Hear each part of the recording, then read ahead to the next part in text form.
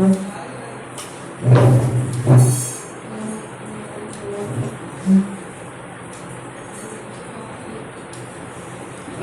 Now നമ്മൾ പഠിച്ചപ്പം ഇതിൽ ഓരോ കമ്പോണൻസിൻ്റെ അപ്പം നമ്മൾ അല്ലെങ്കിൽ ഇതൊരു 2 സ്റ്റേജ് RC കപ്പിൾഡ് ആംപ്ലിഫയറിൻ്റെ എക്സ്റ്റൻഷനാണ് ശരിക്കും പറഞ്ഞാൽ. 2 ട്രാൻസിസ്റ്റർ സ്റ്റേജസ് ഉണ്ട്.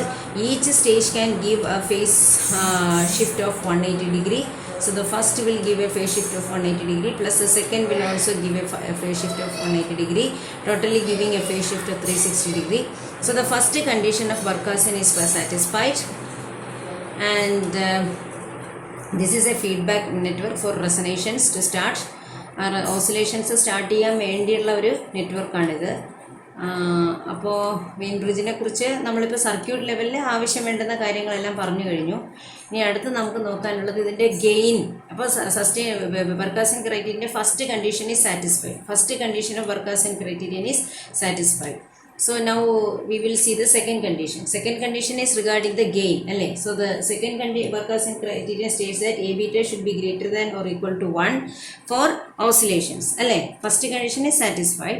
What about the second condition? So through proper derivations നേരത്തെ പോലെ തന്നെ ബീറ്റ എന്ന് പറയുന്നത് 1/3 ആണെന്ന് കണ്ടുപിടിച്ചിട്ടുണ്ട്. ബീറ്റ എന്ന് പറയുന്നത് 1/3 ആണെന്ന് പറഞ്ഞു വെച്ചിട്ടുണ്ട്. അപ്പോൾ എ എന്ന് പറയുന്നത് എത്ര ആയിരിക്കണം? മിനിമം 3 ആയിരിക്കണം. 3യോ ഓസിലേഷൻസ് സ്റ്റാർട്ട് ചെയ്യാനാണെന്നുണ്ടെങ്കിൽ it should be greater than 3. എപ്പോഴും ആലോചിക്കുക, for oscillations to start A beta must be strictly greater than 1, and for sustaining oscillation A beta should be equal to 1 ആയാലും മതി. അതായത് പെട്ടെന്ന് ആദ്യമേ ഒരു ഫീഡ്ബാക്ക് മെക്കാനിസം, ആദ്യം അതിൻ്റെ ആംപ്ലിറ്റ്യൂഡ് കൂടും, പിന്നെ അത് നിലനിർത്താൻ വേണ്ടി വേണമെങ്കിൽ കുറച്ച് ഗെയിൻ കുറച്ച് എ ബീറ്റ ഈക്വൽസ് 1 എന്നുള്ള കണ്ടീഷൻ സാറ്റിസ്ഫൈ ചെയ്താലും മതി. So these are the conditions. It's a gain condition. So feedback beta ningalkariam, beta is the feedback gain that should be equal to 1/3, and the open loop gain A is equal to 3, must be equal to or greater than 3 so as to start oscillations. അതാണ് മനസ്സിലാക്കേണ്ട കാര്യം. പിന്നെന്താ, പിന്നെ ഒരു condition ഉണ്ട്, condition for oscillation എന്ന് പറയുന്നത്. അതെന്ന് പറഞ്ഞു കഴിഞ്ഞാൽ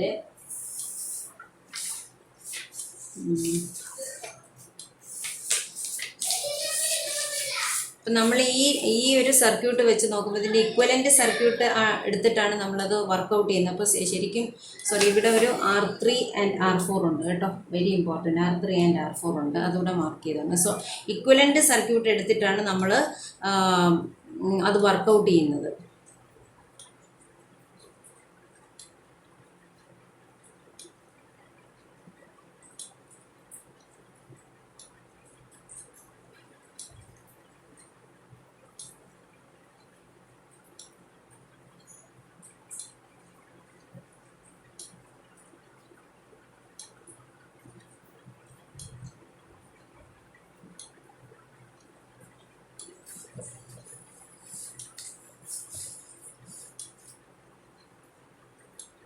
ബാലൻസ്ഡ് കണ്ടീഷനിലുള്ള ഇക്വലൻ്റ് സർക്യൂട്ട് എടുത്തിട്ട് വർക്കൗട്ട് ചെയ്യും. So when we take the equivalent of the circuit under balanced conditions means these 2 points will be balanced, and so we can draw the equivalent circuit as ആ figure മുന്നിൽ വെച്ച് തന്നെ വരയ്ക്കണം നമ്മൾ. ഇതാണ് V output എന്ന് വെച്ചോളൂ. So a portion of this particular output is getting fed back to the amplifier circuit. അല്ലേ? സോ ഇവിടെ എവിടെയോ ഒരു particular portion of the output വരുന്നുണ്ട് അല്ലേ? ഔട്ട്പുട്ട് ഇവിടെ എവിടെയോ വരുന്നുണ്ട്. അതെങ്ങനെയാണ് വരുന്നത്? ഈ ഫിഗർ നോക്കുമ്പോൾ അറിയാം. ഈ പോയിന്റ് 1 ആയത് കാരണം നമുക്ക് R3 R4 ഇങ്ങനെ വരയ്ക്കാമല്ലോ. ഇങ്ങനെ വരയ്ക്കാം അല്ലേ? R3 R4. അപ്പോൾ ഇവിടെ വരും നമ്മുടെ ഫീഡ്ബാക്ക് സിഗ്നൽ VF എന്ന് പറയുന്നത്. So you can write VF is nothing but V0 into R4 divided by R3 plus R4 എന്ന് എഴുതാം അല്ലേ? ഇതാണ് നമ്മുടെ ഇക്വേഷൻ നമ്പർ 1. ഇതിലെ ഈ V0 ബൈ VF എന്ത് വരും? V0 ബൈ VF എന്ന് പറയുന്നത് R3 plus R4 divided by R4 എന്ന് വരും. ഈ V0 ബൈ VF ആണ് എന്ത്? That is the A. So A is equal to R3 plus R4 divided by R4. A എന്ന് പറഞ്ഞാൽ നമുക്കറിയാം 3 ആണെന്ന്. 3 is equal to R3 plus R4 divided by R4. The whole divided by R4, which says ഈ R4 common ആയിട്ട് എടുത്താൽ R3 R4 വെച്ച് ഓരോന്നിനും divide ചെയ്യുമ്പോൾ R3/R4 + 1 എന്ന് വരും. That implies what R3/R4 is equal to 3 - 1 which is equal to 2. So this is the condition necessary for oscillation. ഇങ്ങനെ ഒരു കണ്ടീഷൻ ഒരു necessary for oscillation ആണ് ഈ condition. So you have to study this condition. അപ്പോൾ ഈ ഒരു ഓസിലേഷന് വേണ്ടുന്ന ഈ ഒരു കണ്ടീഷനും കൂടെ നമ്മൾ വീൻ ബ്രിഡ്ജിൻ്റെ കേസിൽ പഠിച്ചു വെക്കണം. ഇനി നെക്സ്റ്റ് നമ്മൾ നോക്കാൻ പോകുന്നത് ഫ്രീക്വൻസി ഓഫ് ഓസിലേഷനാണ്. ഫ്രീക്വൻസി ഓസിലേഷൻ 1/2πRC ആണ്. ഇതിൽ ആറും സി ഏതാ? ആറും സിയും ഇതാണ്. ആറും സിയും അല്ലെങ്കിൽ ആറും സി രണ്ടും ഒന്ന് തന്നെയാണ്. നമ്മൾ നേരത്തെ പറഞ്ഞു അത് റെസൊണൻസ് റിയാക്റ്റൻസ് 0 ആക്കാൻ വേണ്ടി നമ്മൾ സെയിം വാല്യൂസ് ഉള്ള റെസിസ്റ്റൻസും കപ്പാസിറ്റൻസും ആണ് ഇടുന്നത്. So frequency is 1/2πRC. അപ്പോൾ വീൻ ബ്രിഡ്ജിൻ്റെ കേസിലുള്ള കാര്യങ്ങളെല്ലാം നമ്മൾ പറഞ്ഞു. പിന്നെ ഇതിൻ്റെ പ്രത്യേകത അഡ്വാൻറ്റേജസ് എന്ന് പറയുമ്പോൾ ഒരു വീൻ ബ്രിഡ്ജ് ഓസിലേറ്ററിൻ്റെ അഡ്വാൻറ്റേജസ് ആയിട്ട് പറയുന്നത് ഇതാണ്. RC ഫേസ് ഷിഫ്റ്റ് ഓസിലേറ്ററിനെ കമ്പയർ ചെയ്യുമ്പോൾ ഇതിൻ്റെ പ്രത്യേകതകളെന്ന് പറഞ്ഞാൽ ഇതിൻ്റെ ഗെയിൻ അല്ലെങ്കിൽ ഇതിൻ്റെ ആംപ്ലിറ്റ്യൂഡ്, അതായത് ഈ ഉണ്ടാകാൻ പോകുന്ന വേവ് ഫോം എങ്ങനെ ആയിരിക്കും? That will be sinusoidal wave form അല്ലേ? സൈനുസോയിഡൽ വേവ് ഫോം ആണ്. ഇങ്ങനെയുള്ള സസ്റ്റെയിൻഡ് ഓസിലേഷൻസ് ഉള്ള, അതായത് സെയിം ആംപ്ലിറ്റ്യൂഡ് വരേണ്ട ഒരു ഓസിലേഷനാണ് നമുക്ക് കിട്ടേണ്ടത്. സോ ഇതിൻ്റെ ആംപ്ലിറ്റ്യൂഡ് നമുക്ക് കുറേയൊക്കെ വേരി ചെയ്യാം. Amplitude can be varied. നമുക്ക് കൺട്രോൾ ചെയ്യാമെന്നാണ് ഉദ്ദേശിക്കുന്നത് കേട്ടോ. അല്ലാതെ ഇങ്ങനെ വലുതാക്കാനും ചെറുതാക്കാനുമല്ല. ഒരു പർട്ടിക്കുലർ ആംപ്ലിറ്റ്യൂഡിൽ സെറ്റ് ചെയ്താൽ അത് അങ്ങനെ തന്നെ നിൽക്കണം. അപ്പോൾ ആ ഒരു സെറ്റിംഗ് ഇതിൽ പോസിബിൾ ആണെന്നാണ് ഉദ്ദേശിക്കുന്നത്. പിന്നെ രണ്ടാമത്തെ പ്രത്യേകത, ഇതൊരു ഡിസ്റ്റോർഷൻ ഫ്രീ ആണ്. ഡിസ്റ്റോർഷൻ ഫ്രീ ആയിട്ടുള്ള ഒരു സർക്യൂട്ടാണ്. അതായത് കിട്ടുന്ന sine wave form sine wave പോലെ തന്നെ ഇരിക്കും. ചില RC ഫേസ് ഷിഫ്റ്റ് ഓസിലേറ്ററൊക്കെ ചിലപ്പോൾ ഇങ്ങനെ വന്നിട്ട് ഇങ്ങനെ ഒരു ചെറിയ ചരിവൊക്കെ ഉണ്ടാവും. പക്ഷേ വീൻ ബ്രിഡ്ജിൽ കിട്ടുന്ന നല്ലപോലെ കറക്റ്റായിട്ട് ഡിസൈൻ ചെയ്ത് കഴിഞ്ഞാൽ വീൻ ബ്രിഡ്ജിലെ സൈൻസോയിഡൽ വേവ് ഫോം എന്ന് പറയുന്നത് ഡിസ്റ്റോർഷൻ ഫ്രീ തന്നെ ആയിരിക്കും. പിന്നെ അടുത്ത പ്രത്യേകത എന്ന് പറയുന്നത് ഇതിൻ്റെ ഫ്രീക്വൻസി നമുക്ക് കൺട്രോൾ ചെയ്യാം. Frequency can be varied. അതാണ് അടുത്ത പ്രത്യേകത എന്ന് പറയുന്നത്. Frequency can be varied. അതെങ്ങനെയാണെന്ന് പറഞ്ഞു കഴിഞ്ഞാൽ നമ്മൾ അഗെയിൻ ഈ സർക്യൂട്ട് നോക്കുക. ഈ സർക്യൂട്ടിൽ ഈ രണ്ട് കപ്പാസിറ്റൻസും ഗ്യാങ്ഡ് കപ്പാസിറ്റൻസ് ആക്കിയാൽ മതി. എന്താണ് ഗ്യാങ്ങിങ് എന്ന് പറഞ്ഞു കഴിഞ്ഞാൽ ഇവർ ഇങ്ങനെയാണ് ഗ്യാങ്ഡ് കപ്പാസിറ്റൻസിനെ ചെയ്യുന്നത്. ഗ്യാങ്ങിങ് എന്ന് പറഞ്ഞു കഴിഞ്ഞാൽ കപ്പാസിറ്റൻസിനെ രണ്ടിനെ ഒരുപോലെ ഒരു സ്വിച്ച് വെച്ച് ഒരുപോലെ മാറ്റുന്നതിനെയാണ് ഗ്യാങ്ങിങ് എന്ന് പറയുന്നത്. അപ്പം ഈ രണ്ട് കപ്പാസിറ്റൻസിനെയും അതിൻ്റെ കപ്പാസിറ്റൻസ് മാറ്റാനായിട്ടൊരു പ്രത്യേക ഒരു സെറ്റപ്പ് കാണും. നോബ് നമ്മൾ പഴയ റേഡിയോ ഒക്കെ ട്യൂൺ ചെയ്യുമ്പം ശരിക്കും പറഞ്ഞു കഴിഞ്ഞാൽ അവിടെ ഒരു ഗ്യാങ്ഡ് കപ്പാസിറ്റൻസ് വേരിയാണ് ചെയ്യുന്നത്. നോബ് റൊട്ടേറ്റ് ചെയ്യുമ്പോൾ. അപ്പോൾ അതുപോലെ ഈ സർക്യൂട്ടിലും പുറത്തേക്കൊരു നോബ് കൊടുത്തിട്ട് അതിലൊരു കപ്പാസിറ്റർ കൺട്രോൾ കൊടുത്തു കഴിഞ്ഞാൽ നമുക്കിതിൻ്റെ ഫ്രീക്വൻസി ഓഫ് ഓസിലേഷൻ മാറ്റാൻ പറ്റും. So frequency can be varied is another advantage of a Wien bridge oscillator. And the fourth advantage is that amplitude stabilization can be achieved. Amplitude stabilization can be achieved. അതായത് നമ്മൾ ഒരു oscillator എന്ന് പറയുമ്പോഴത്തേക്കും അത് വെറുതെ oscillator എന്ന് പറഞ്ഞാൽ പോരാ, അതിൻ്റെ സസ്റ്റെയിൻഡ് ഓസിലേഷൻസ് ഉണ്ടാവണം. അപ്പോൾ സസ്റ്റെയിൻഡ് ഓസിലേഷൻസ് ഉണ്ടാവണം എന്നുണ്ടെങ്കിൽ ഈ ആംപ്ലിറ്റ്യൂഡ് സ്റ്റെബിലൈസേഷൻ എന്ന് പറയുന്നത് വളരെ അത്യാവശ്യമാണ്. അതിന് നമ്മൾ ചെയ്യുന്നതെന്ന് പറഞ്ഞു കഴിഞ്ഞാൽ ഈ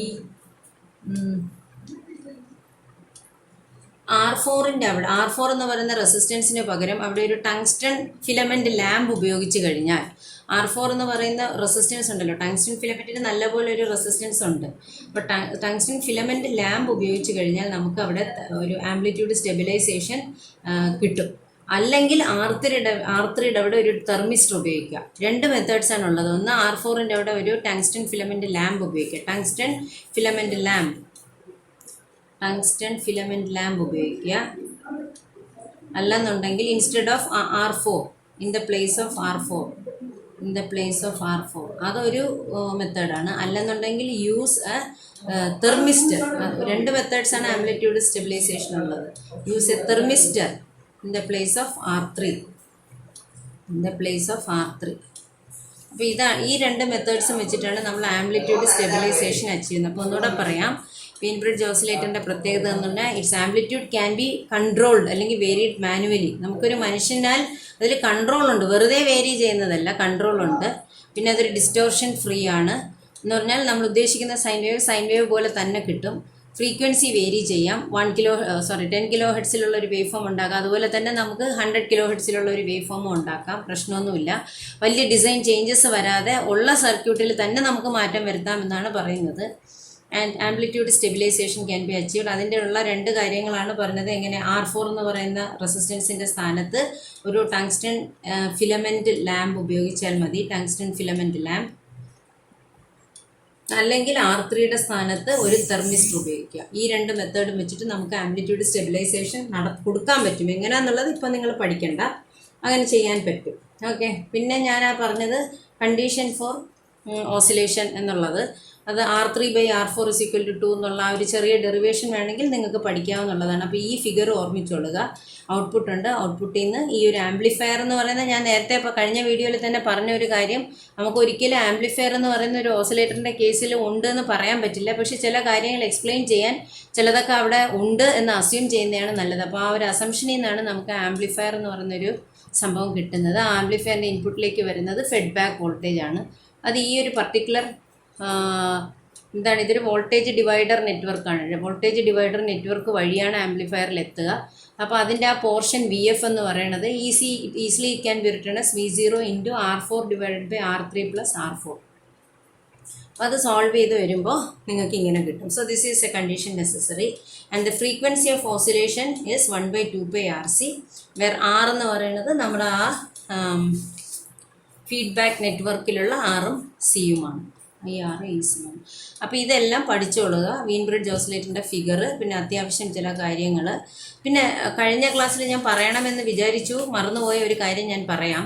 ആക്ച്വലി LC ഓസിലേറ്ററിലെ LC ഓസിലേറ്റേഴ്സിൻ്റെ ഓസിലേഷൻസ് എക്സ്പ്ലെയിൻ ചെയ്യാൻ കുറച്ചുകൂടെ എളുപ്പമാണ്. കാര്യം LC എന്ന് പറയുന്നത് നിങ്ങൾക്കറിയാം ഒരു ടാങ്ക് സർക്യൂട്ടാണ്. LC എന്ന് പറയുന്നത് ഒരു ടാങ്ക് സർക്യൂട്ടാണ്. അപ്പോൾ ടാങ്ക് സർക്യൂട്ടിൽ Lഉം Cയും രണ്ടും എനർജി സ്റ്റോറിങ് എലിമെൻറ്റ്സ് ആണ് അല്ലേ, എനർജി സ്റ്റോറിങ് എലിമെൻറ്റ്സ് ആണ്. ഇത് പരീക്ഷയ്ക്ക് വേണ്ടി ഞാൻ പറയുന്നതല്ല, ജസ്റ്റ് ചില കുട്ടികൾക്കെങ്കിലും തോന്നിക്കാണും എന്തുകൊണ്ട് RC ഫേസ് ഷിഫ്റ്റ് ഓസിലേറ്ററിൽ എങ്ങനെയാണ് ഓസിലേഷൻസ് വെറുതെ ഒന്നുമേ കൊടുക്കുന്നില്ല, നമ്മൾ ഇൻപുട്ട് ഒന്നും കൊടുക്കുന്നില്ല, പക്ഷേ ഔട്ട്പുട്ടിൽ ഡീസൻ്റ് ആയിട്ടൊരു സൈൻ വേവ് വരുന്നുണ്ട്, ഇതെന്ത് മാജിക് ആണോ എന്ന് 1-2 പേരെങ്കിലും ചിന്തിച്ചിട്ടുണ്ടാകണം. ചിന്തിച്ചാൽ വളരെ നല്ലത്. അപ്പോൾ അങ്ങനെ സംശയം തോന്നിയവർക്ക് കൂടെ വേണ്ടിയാണ് ഞാനീ പറയുന്നത്. അപ്പോൾ കാര്യം എന്താണെന്ന് പറഞ്ഞു കഴിഞ്ഞാൽ LC ഓസിലേറ്റേഴ്സിൽ നിങ്ങൾക്ക് അങ്ങനെ ഒരു സംശയത്തിനുള്ള ഇടവരാൻ സാധ്യതയില്ല. കാര്യം അവിടെ ഒരു എക്സ്ചേഞ്ച് ഓഫ് എനർജിയാണ് നടക്കുന്നത്. എക്സ്ചേഞ്ച് ഓഫ് എനർജി ബിറ്റ്വീൻ ആരൊക്കെ? Between capacitor and inductor. രണ്ടും എനർജി സ്റ്റോർ ചെയ്യാൻ താല്പര്യമുള്ള ആളാണ്. അപ്പോൾ ഒരാളുടെ കയ്യിൽ നിറയുമ്പോൾ മറ്റേ ചോദിച്ചു വാങ്ങും. അപ്പോൾ ആ ചോദിച്ചു വാങ്ങലിലും കൊടുക്കലുമാണ് ഇങ്ങനെയുള്ളൊരു വേരിയേഷൻ ഓഫ് വോൾട്ടേജ് വരുന്നത്. പക്ഷേ ഇവിടെ RC കപ്പിൾഡ് ആംപ്ലിഫയർ അല്ലെങ്കിൽ വീൻ ബ്രിഡ്ജ് ഓസിലേറ്ററിൽ നമ്മൾ യൂസ് ചെയ്യുന്ന എല്ലാം RC നെറ്റ്വർക്ക്സ് ആണ്. RC നെറ്റ്വർക്ക്സിൽ ഒരൊറ്റ എനർജി സ്റ്റോറിങ് എലിമെൻറ്റേ ഉള്ളൂ. അതെന്ന് പറയുന്നത് നമ്മുടെ കപ്പാസിറ്ററാണ്. എനർജി സ്റ്റോറിങ് എലിമെൻ്റ് എന്ന് പറയുന്നത് കപ്പാസിറ്ററാണ്. അപ്പോൾ കപ്പാസിറ്റർ ആരുമായിട്ട് എക്സ്ചേഞ്ച് ചെയ്യാനാ? കപ്പാസിറ്ററിൽ ആരുമായിട്ട് എക്സ്ചേഞ്ച് ഒന്നും നടക്കുന്നില്ല. അപ്പോൾ ഈ എങ്ങനെ ഓസിലേഷൻസ് ഉണ്ടായി? How oscillations occurred? അതാണ് അവിടുത്തെ ഒരു ചോദ്യം. ഒരു എക്സ്ചേഞ്ച് ഓഫ് എനർജിയാണ് എല്ലാ ഓസിലേഷൻസിൻ്റെയും. നിങ്ങൾ പണ്ട് പെൻഡുലം പഠിച്ചിട്ടുള്ളപ്പോഴും അവിടെ ഒരു എക്സ്ചേഞ്ച് ഓഫ് എനർജി ഉണ്ട്. എന്തൊക്കെയാണ്? കൈനറ്റിക് എനർജിയും പൊട്ടൻഷ്യൽ എനർജിയും തമ്മിലുള്ള ഒരു എക്സ്ചേഞ്ച്. അതാണ് നമ്മുടെ ഏതിൽ നടക്കുന്നത്? ഒരു പെൻഡുലത്തിൽ നടക്കുന്നത് അല്ലേ. ഈ പോയിന്റിൽ എത്തുമ്പോഴത്തേക്ക് potential energy maximum, kinetic energy minimum. ഉടനെ തലതിരിയും. ഈ പോയിന്റിൽ അങ്ങനെ തിരിച്ചു വരും. അങ്ങനെ ഇതെങ്ങനെ സസ്റ്റെയിൻ ചെയ്തുകൊണ്ട് പോകും. പിന്നെ എയറിൻ്റെ ഫ്രിക്ഷൻ കാരണമാണ് അവസാനം നിൽക്കുന്നത്. അത് നമ്മളിപ്പോൾ ഡിസ്കസ് ചെയ്യേണ്ട കാര്യമില്ല.